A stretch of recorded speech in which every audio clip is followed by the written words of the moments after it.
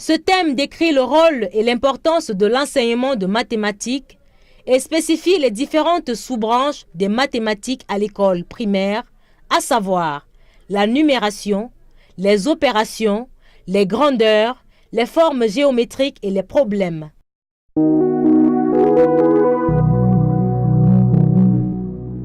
À l'issue de cette activité, vous serez capable de, petit 1, mettre en évidence le rôle et l'importance de l'enseignement des mathématiques. Petit 2, identifier les sous-branches de mathématiques à l'enseignement primaire. Pour que vous puissiez atteindre les objectifs définis ci-haut, voici la matière que nous mettons à votre disposition en plus des ressources supplémentaires.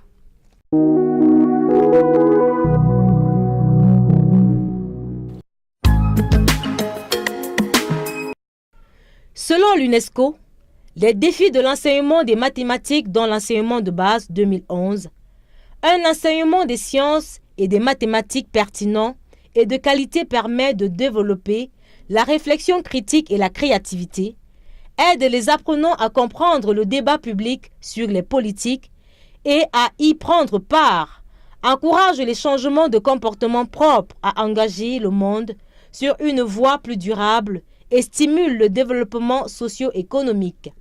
L'enseignement des sciences et des mathématiques peut ainsi apporter une contribution décisive à la réalisation des objectifs du millénaire pour le développement adopté par les dirigeants mondiaux en 2001.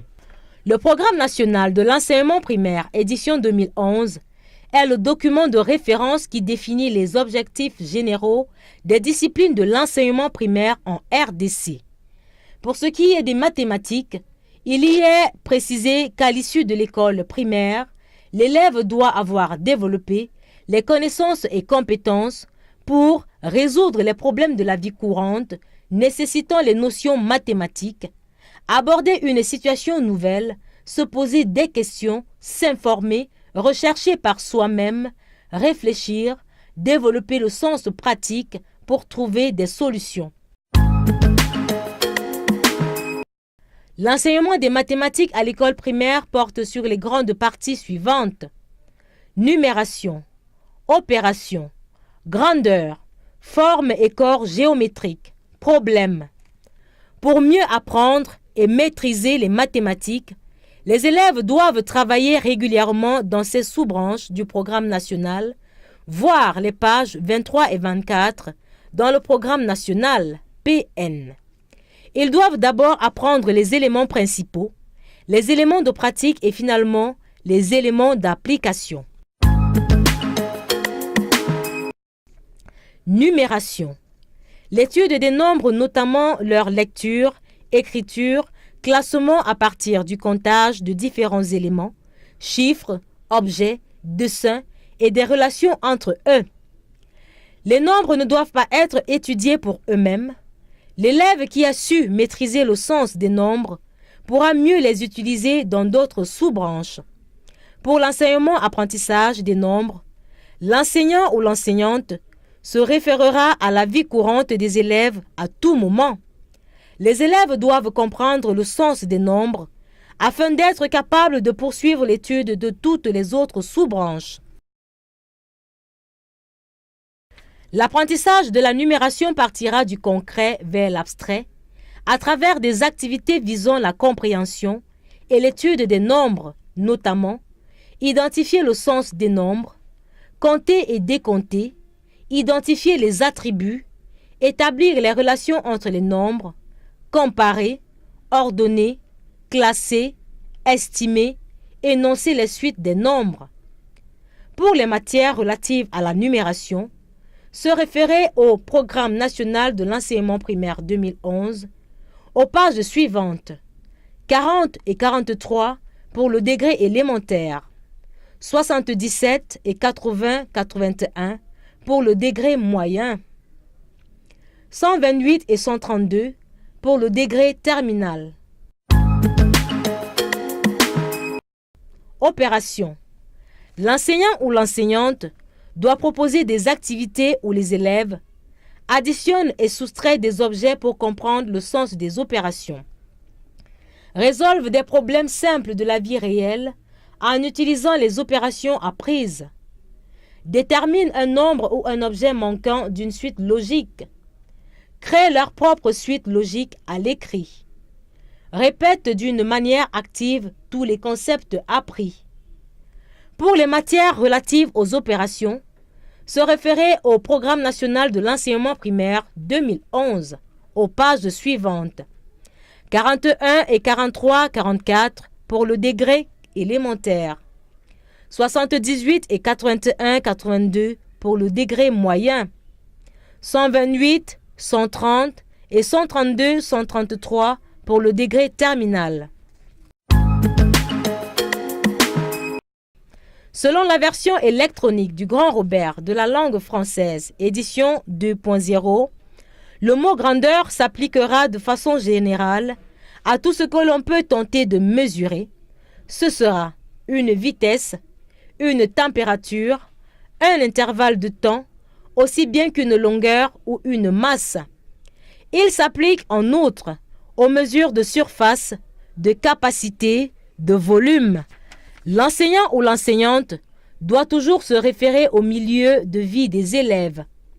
Les grandeurs sont abordées dans le Programme national de l'enseignement primaire 2011 aux pages suivantes, 41-42 et 44 pour le degré élémentaire, 78-79 et 82 pour le degré moyen, 130, 131 et 133 pour le degré terminal.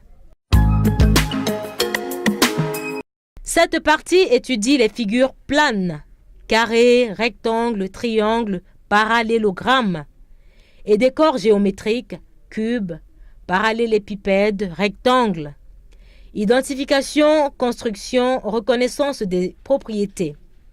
Elle concerne également les activités de repérage, d'orientation dans l'espace et autres transformations telles l'asymétrie, translation, rotation, agrandissement, réduction.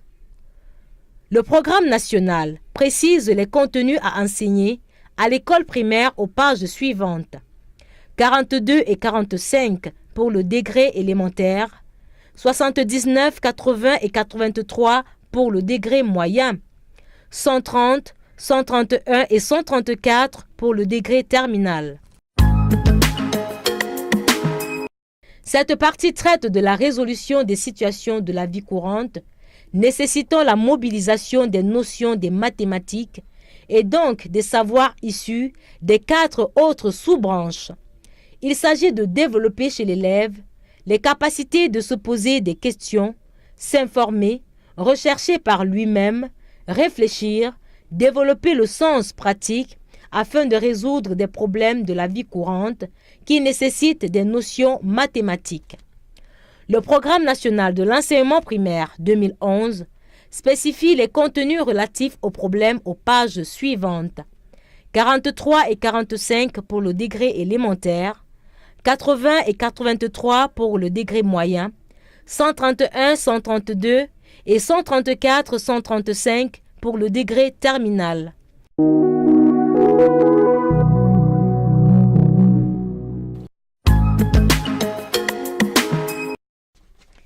Exercice 1. Une des sous-branches de mathématiques au primaire est petit a, l'addition, petit b, les grandeurs, petit c, la résolution d'une situation problème.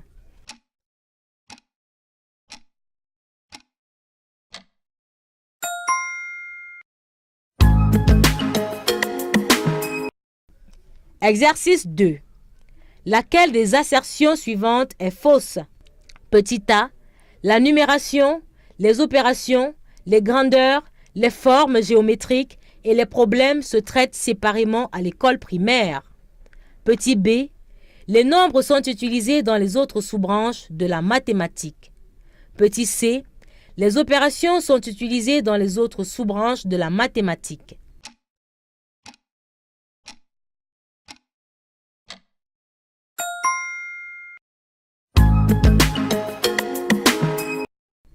Exercice 3.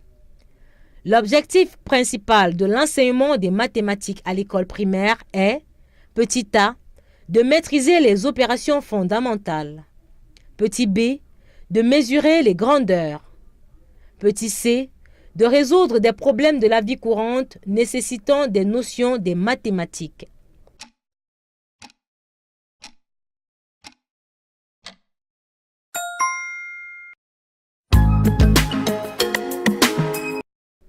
Exercice 4. Donnez l'assertion fausse parmi celles citées ci-dessous.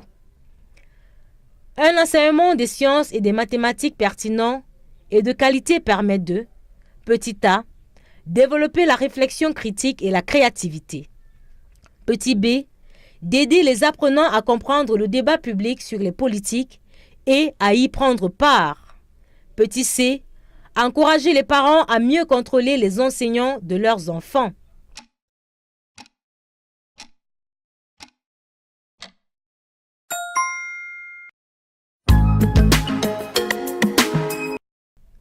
Exercice 5. Déterminer la fausse assertion parmi celles citées ci-dessous. Petit a, l'addition est une opération. Petit b, la numération est une opération. Petit c, la comparaison est une opération.